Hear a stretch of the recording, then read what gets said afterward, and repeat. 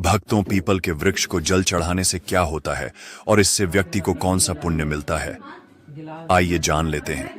एक नागिन के उद्धार की इस महान कथा के माध्यम से समुद्र की गहराइयों में स्थित क्षीर सागर, वहां का दृश्य अत्यंत दिव्य और मनोहर था। क्षीर सागर में लहरों के बीच में शेष नाग की शैया पर भगवान विष्णु सुकून से विराजमान थे। उनका नीलवर्णी शरीर दिव्य आभा बिखेर रहा था। उनके समीप माता लक्ष्मी उनके चरण दबा रही थी। चारों ओर दिव्य प्रकाश था और वातावरण में शांत संगीत की ध्वनि गूंज रही थी। इसी बीच एक पावन पथ से आकाश मार्ग होते हुए देवर्षि नारद जी वहां पहुंचे। नारद जी के हाथ में उनका दिव्य वीणा था और मुख पर हल्की चिंता की रेखाएं थीं।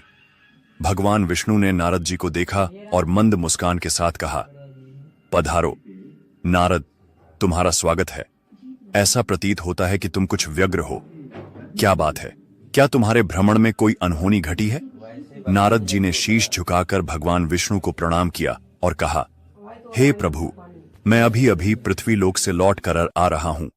पृथ्वी का भ्रमण करते हुए मैंने एक अत्यंत विचित्र दृश्य देखा। वहां कुछ लोग पीपल के वृक्ष को काटते हुए दिखे, जैसे उन्हें उसके महत्व का कोई ज्ञान ही ना हो। दूसरी ओर कुछ तपस्वी मुनि और साधक उस वृक्ष की पूजा कर रहे थे। वे उसकी परिक्रमा करते, उस पर जल अर्पित करते और मंत्र उच्चारण करते हुए भगवान विष्णु की स्तुति कर रहे थे। लेकिन दोस्तों, अगर आप भी चाहते हैं कि आपके ऊपर और आपके पूरे परिवार के ऊपर माता लक्ष्मी का आशीर्वाद सदैव बना रहे, तो इस वीडियो को एक लाइक करें और आपके अपने चैनल अद्भुत वास्तु ज्ञान को सब्सक्राइब करें और कमेंट बॉक्स में जय माता लक्ष्मी लिखना ना भूले। हे प्रभु, इस विरोधाभास को देखकर मेरे मन में एक जिज्ञासा उत्पन्न हुई है। पीपल का वृक्ष आखिर इतना पवित्र क्यों माना जाता है? कुछ लोग इसकी पूजा करते हैं, जबकि कुछ अज्ञानवश इसे काटने का पाप कर बैठते हैं। कृपा करके मुझे इसका रहस्य समझाइए, ताकि मैं इस ज्ञान को दुनिया में फैला सकूं। भगवान विष्णु ने मुस्कुराते हुए नारद से कहा, हे नारद, तुम्हारा प्रश्न बहुत ही महत्वपूर्ण है। पीपल का वृक्ष कोई साधारण वृक्ष नहीं है। यह स्वयं मेरे स्वरूप का प्रतीक है। यह देवताओं का निवास स्थान माना जाता है और इसकी पूजा करने से मनुष्य के सारे पाप नष्ट हो जाते हैं। साथ ही उसे मोक्ष की प्राप्ति भी होती है। मैं तुम्हें पीपल के महत्व से जुड़ी एक कथा सुनाता हूं, जिससे यह स्पष्ट हो जाएगा कि यह वृक्ष इतना पवित्र क्यों है और इसकी पूजा क्यों करनी चाहिए। सुनो, इस कथा का केवल वर्णन और श्रवण ही मनुष्य के लिए पुण्यकारी होता है। जो भी इस कथा को श्रद्धा और भक्ति के साथ सुनता या सुनाता है, उसे अनगिनत पुण्य प्राप्त होते हैं। इतना ही नहीं, इस कथा को सुनने से जन्म जन्मांतर के संचित पाप भी नष्ट हो जाते हैं। चाहे किसी ने अज्ञानवश कितना भी बड़ा पाप क्यों न किया हो, इस कथा के श्रवण से उसे उन पापों से मुक्ति मिल जाती है। जो व्यक्ति श्रद्धा से इस कथा को सुनता है, उसे अपने पितरों का आशीर्वाद प्राप्त होता है। इस वृक्ष के नीचे बैठकर पूजा करने और इसकी परिक्रमा करने से भी अपार पुण्य फल मिलता है। इसलिए हे नारद, जो भी इस वृक्ष की महिमा को समझे, उसे कभी भी इसे काटने जैसा पाप नहीं करना चाहिए, बल्कि सच्ची श्रद्धा से इसकी पूजा करनी चाहिए। उसके पूर्वज संतुष्ट होते हैं और उसे सुख, समृद्धि और शांति का वरदान देते हैं। इसके फल स्वरूप पितरों के अर्ण समाप्त होते हैं और उनके मार्ग में आने वाली बाधाएं दूर होती हैं। इस कथा को सुनने वाला व्यक्ति अपने घर में दुर्भाग्य, दरिद्रता और कष्टों को दूर करता है। उसके परिवार में सुख, समृद्धि और लक्ष्मी का वास होता है। उसका जीवन सदा मंगलमय रहता है। यदि किसी स्त्री पुरुष को संतान सुख की प्राप्ति में बाधा हो रही हो, तो वह इस कथा को श्रवण करके पीपल के वृक्ष की पूजा करे। उसे संतान सुख की प्राप्ति अवश्य होती है।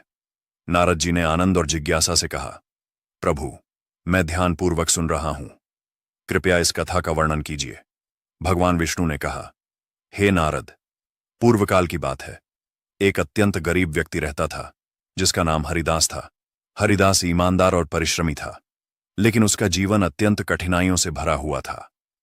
वह जंगल से लकड़ियां काटकर उन्हें बेचता और जैसे तैसे अपने परिवार का भरण पोषण करता था। उसका परिवार बड़ा था। बूढ़े माता पिता, उसकी पत्नी गायत्री और 3 छोटे छोटे बच्चे। हरिदास दिन रात मेहनत करता, फिर भी परिवार के लिए पर्याप्त भोजन जुटाना मुश्किल हो जाता। उसके घर में किसी भी प्रकार का धार्मिक कार्य नहीं होता था और ना ही देवताओं की पूजा अर्चना होती थी।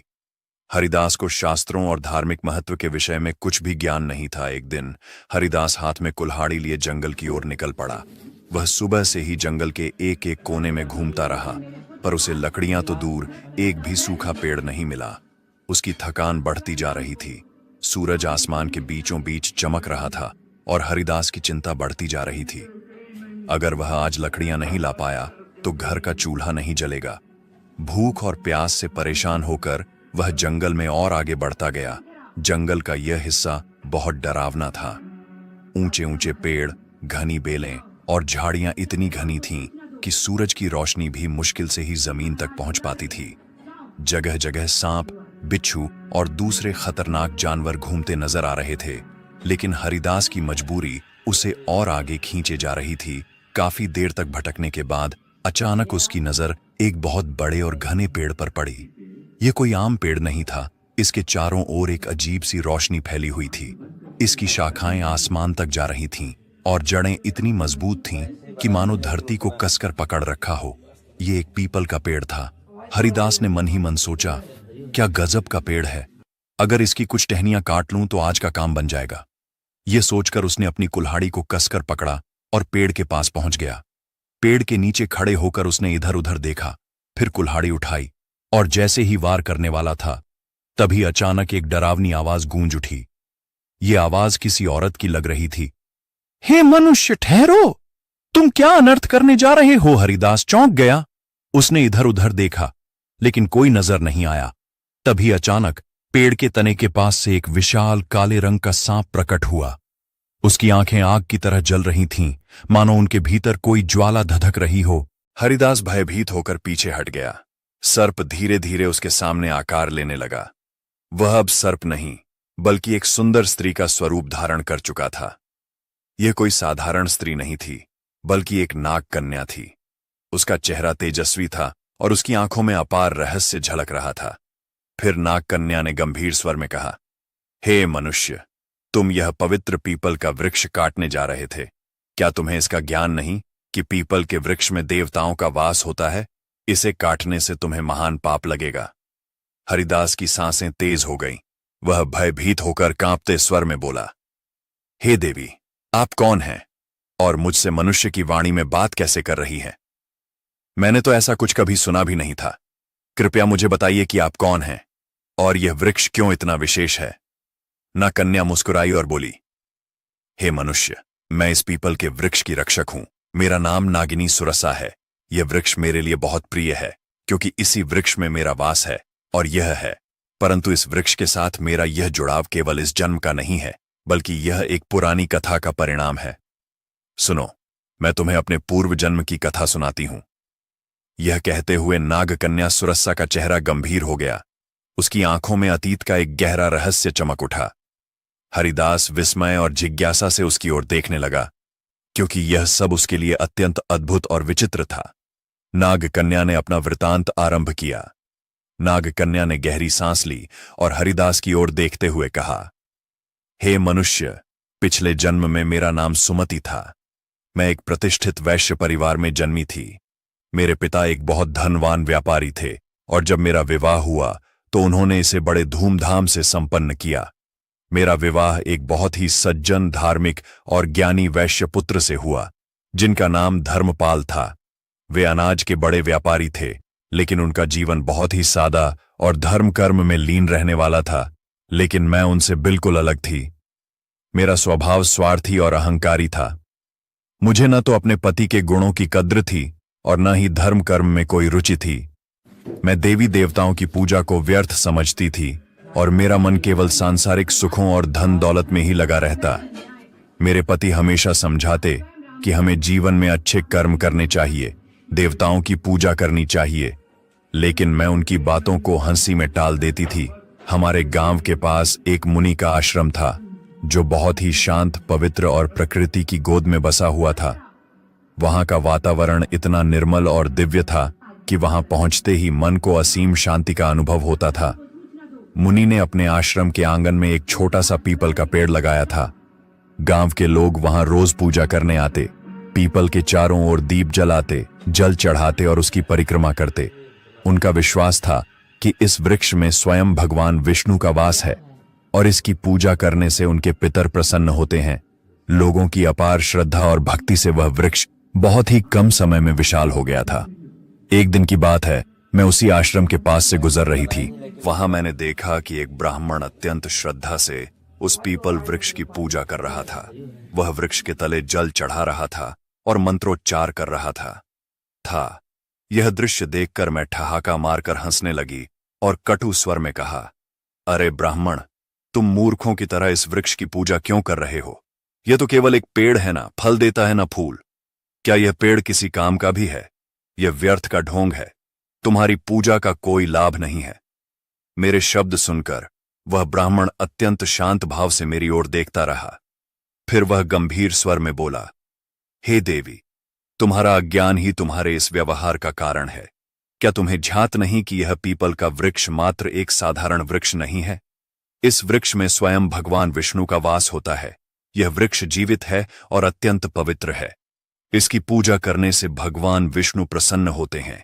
इसके तले जल चढ़ाने से पितरों का आशीर्वाद प्राप्त होता है। अनेक जन्मों के पाप इस वृक्ष की पूजा से समाप्त हो जाते हैं। यह वृक्ष मानव जीवन के लिए वरदान स्वरूप है। उस ब्राह्मण की बातों ने मेरे अहंकार को और भड़का दिया। मैंने कटु शब्दों में उसका और उस वृक्ष का उपहास किया। मैं क्रोध में आकर उस वृक्ष के पास पहुंची और व्यंग्यपूर्ण स्वर में कहा, देखते हैं तुम्हारा यह वृक्ष कितना महान है। यह कहकर मैंने आवेश में आकर पीपल के वृक्ष को लात मार दी। जैसे ही मेरी लात उस वृक्ष को लगी, उसी क्षण एक विचित्र घटना घटी। मेरे पैर से लेकर शरीर के अन्य अंगों में जलन होने लगी। वह जलन असहनीय थी। मैंने देखा कि मेरे शरीर में परिवर्तन हो रहा था। धीरे धीरे मेरा रूप बदलने लगा। मेरी त्वचा काली पड़ने लगी और देखते ही देखते मैं एक भयानक सर्पिनी में परिवर्तित हो गई। नागिनी का रूप धारण करके मैं वहीं पर चीखने चिल्लाने लगी। मेरी चीख पुकार सुनकर आश्रम के मुनि वहां आ गए। मैं उनके चरणों में गिर पड़ी और रोते हुए अपनी व्यथा मैंने उनसे विनती की कि मुझे इस श्राप से मुक्ति दिलाए। मुनि गंभीर स्वर में बोले, हे स्त्री, तुमने घोर पाप किया है। पीपल के वृक्ष को अपवित्र करना और उसका अपमान करना भगवान विष्णु का अपमान है। तुम्हें तुम्हारे कर्मों का दंड मिला है।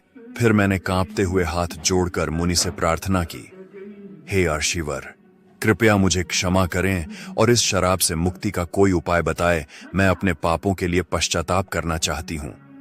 उस मुनि ने गंभीर स्वर में कहा, हे पापिनी, तुम्हें इस श्राप से मुक्त होने के लिए 100 वर्षों तक इस पीपल वृक्ष पर निवास करना होगा और इसकी रक्षा करनी होगी।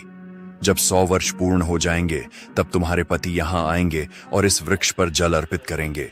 उसी दिन तुम्हें इस श्राप से मुक्ति मिलेगी। इतना कहकर मुनि वहां से चले गए। तब से मैं इसी वृक्ष पर वास कर रही हूं। यह वृक्ष दिनों दिन बढ़ता गया और मैं दिन रात इसकी रक्षा करती हूं ताकि कोई इसे हानि ना पहुंचा सके।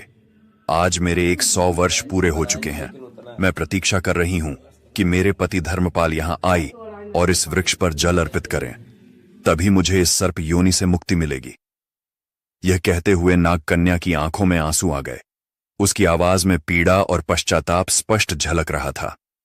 हरिदास यह सब सुनकर अवाक रह गया। वह समझ नहीं पा रहा था कि जो कुछ उसने सुना वह सपना था या सच्चाई।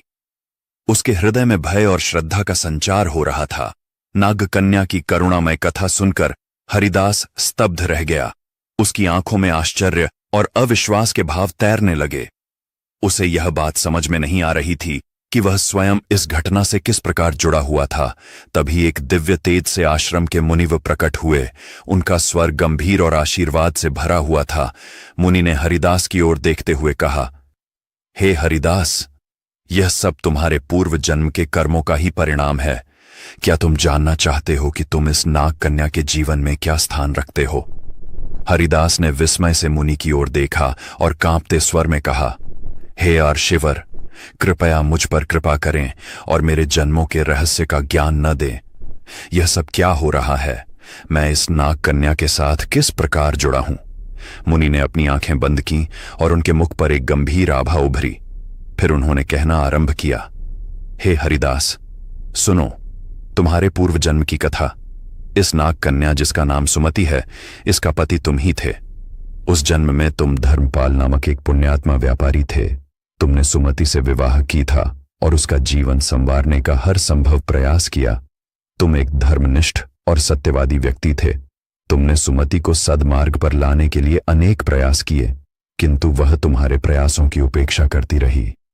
हरिदास ने आश्चर्य और अविश्वास के साथ कहा, क्या मैं इस नागकन्या का पति था? मुनि ने मुस्कुराते हुए कहा, हरिदास, सुमति ने अपने अहंकार और अज्ञान के कारण पीपल के वृक्ष का अपमान किया था, जिसके कारण उसे सर्प योनि का श्राप मिला। किंतु भगवान विष्णु ने तुम्हारे पुण्य कर्मों के कारण यह नियम बनाया कि केवल तुम्हारे हाथों से जल अर्पित होने पर ही सुमति को इस श्राप से मुक्ति मिलेगी। तुम यहां तक केवल अपनी नियति के कारण आए हो। तुम्हारा आज यहां आना संयोग नहीं है, बल्कि यह विधि का विधान है। सुमति, जो अब तक चुपचाप खड़ी थी, मुनि की बात सुनकर हरिदास के चरणों में गिर पड़ी। उसकी आंखों से आंसुओं की धार बहने लगी। वह कांपते स्वर में बोली, हे स्वामी, मैं अपने पूर्व जन्म के पापों के लिए आपसे क्षमा मांगती हूं। मेरे अहंकार और अज्ञान के कारण मैंने आपको दुख पहुंचाया और इस पीपल वृक्ष का अपमान किया। किंतु आज मैं आपसे एक बार फिर प्रार्थना करती हूं, कृपया इस पवित्र वृक्ष पर जल अर्पित कर मुझे इस श्राप से मुक्त करें। हरिदास की आंखों में करुणा भर आई। उसने नागकन्या के प्रति कोई क्रोध या घृणा नहीं दिखाई, बल्कि उसके हृदय में श्रद्धा और सहानुभूति का भाव जाग उठा। हरिदास ने मुनि की ओर देखा और श्रद्धा से कहा, हे ऋषिवर, कृपा करके मुझे बताइए कि इस पुण्य कार्य को मैं कैसे पूरा कर सकता हूं। मुनि ने उसे प्रेम पूर्वक देखा और फिर पास ही एक विशाल पीपल वृक्ष की ओर इशारा करते हुए कहा, वत्स, इस वृक्ष के पास जाओ, श्रद्धा से जल अर्पित करो और भगवान विष्णु का स्मरण करो। ऐसा करने से तुम्हारे पूर्व जन्म के बंधन समाप्त हो जाएंगे और सुमति को भी मुक्ति मिल जाएगी। हरिदास ने बिना समय गंवाए पास रखे एक कलश में जल भरा और पीपल वृक्ष के सामने जाकर खड़ा हो गया। उसने आंखें बंद कीं, मन ही मन भगवान विष्णु का ध्यान किया और फिर श्रद्धा से जल अर्पित करने लगा। जैसे ही जल की धार पीपल के जड़ों तक पहुंची, वहां एक अद्भुत घटना घटी। अचानक पीपल वृक्ष के नीचे एक दिव्य प्रकाश फैलने लगा। उसी क्षण वहां बैठी नागकन्या का सर्प रूप धीरे धीरे समाप्त होने लगा और उसके स्थान पर एक अत्यंत सुंदर तेजस्वी स्त्री प्रकट हुई। उसका चेहरा चमक रहा था, मानो वह स्वयं कोई देवी हो। वह स्त्री अत्यंत भावुक होकर हरिदास और मुनि के चरणों में झुकी और हाथ जोड़कर कहा, हे स्वामी, आपके पुण्य और भगवान विष्णु की कृपा से मुझे आज इस अभिशाप से मुक्ति मिल गई है। मैं आपके प्रति अत्यंत कृतज्ञ हूं। आपने न केवल मेरे पापों का प्रायश्चित करवाया, बल्कि मुझे मोक्ष के मार्ग पर भी ले आए। मुनि ने आशीर्वाद देते हुए कहा, हे सुमति, अब तुम स्वर्ग लोक को प्रस्थान करो। तुम्हारे श्राप का अंत हो चुका है। भगवान विष्णु तुम्हें आशीर्वाद दें। सुमति ने एक बार फिर श्रद्धा से पीपल वृक्ष की परिक्रमा की और देखते ही देखते दिव्य प्रकाश के साथ स्वर्ग लोक को चली गई। इस अद्भुत घटना के बाद हरिदास के जीवन में बड़ा परिवर्तन आया। उसने पीपल वृक्ष की महिमा को समझा और प्रतिदिन उसकी पूजा करने लगा। धीरे धीरे उसने अपने परिवार को भी धर्म के मार्ग पर चलने की प्रेरणा दी। अब उसका जीवन पहले से कहीं अधिक शांत, संतुष्ट और ईश्वर भक्ति में लीन हो गया। वह जान गया कि पवित्र वृक्षों का सम्मान और देवताओं का स्मरण जीवन को सफल बनाता है। भगवान विष्णु ने पीपल वृक्ष के महत्व की कथा समाप्त की। उनके मुख पर करुणा और दिव्यता का तेज झलक रहा था। देवर्ष नारद जी अत्यंत भाव विभोर होकर बैठे थे। उन्होंने भगवान विष्णु की स्तुति करते हुए कहा, हे प्रभु, आपने पीपल वृक्ष की महिमा और यह कथा सुनाकर मेरी जिज्ञासा को शांत किया। मैं धन्य हो गया। इस कथा से यह स्पष्ट हुआ कि मनुष्य अपने अज्ञान और अहंकार के कारण ही पाप के मार्ग पर चलता है, किंतु आपकी कृपा से ही उसका उद्धार संभव है। यह वृक्ष न केवल पवित्र है, बल्कि स्वयं आपका दिव्य स्वरूप है। भगवान विष्णु मुस्कुराते हुए बोले, हे नारद, यह सत्य है, पीपल का वृक्ष सृष्टि का जीवन है। इसकी जड़ में मैं स्वयं निवास करता हूँ। तने में भगवान शिव का वास है और शाखाओं में ब्रह्मा का। इस वृक्ष की पूजा करने से मनुष्य त्रिदेव का आशीर्वाद प्राप्त करता है। जो भी इस कथा को श्रद्धा से सुनेगा, सुनाएगा अथवा पीपल के वृक्ष की पूजा करेगा, उसे मेरे परम धाम की प्राप्ति होगी। उसके समस्त पापों का नाश होगा और उसे जीवन में सुख, शांति तथा परलोक में मोक्ष का आशीर्वाद मिलेगा। नारद जी ने कहा, हे प्रभु, मैं अविलंब पृथ्वी लोक पर जाऊंगा और इस कथा का प्रचार करूंगा। मैं लोगों को यह बताऊंगा कि पीपल के वृक्ष का अपमान नहीं करना चाहिए। इसकी पूजा करके वे आपके सानिध्य को प्राप्त कर सकते हैं। तो दोस्तों, इस प्रकार से भगवान विष्णु ने नारद जी को पीपल के वृक्ष की महिमा सुनाई है। हमारे प्रिय दर्शकों, यह तमाम जानकारी जन रुचि को ध्यान में रखकर दी जा रही है। ज्योतिष और धर्म के उपाय को अपनी आस्था और विश्वास पर आजमाएं। इस संदर्भ में हम किसी भी प्रकार का कोई दावा नहीं करते हैं। अगर आपको यह जानकारी पसंद आई हो तो इस वीडियो को एक लाइक जरूर करें और कमेंट बॉक्स में सच्चे मन और सच्चे हृदय से जय माता लक्ष्मी जरूर लिखें। जय श्री राम दोस्तों।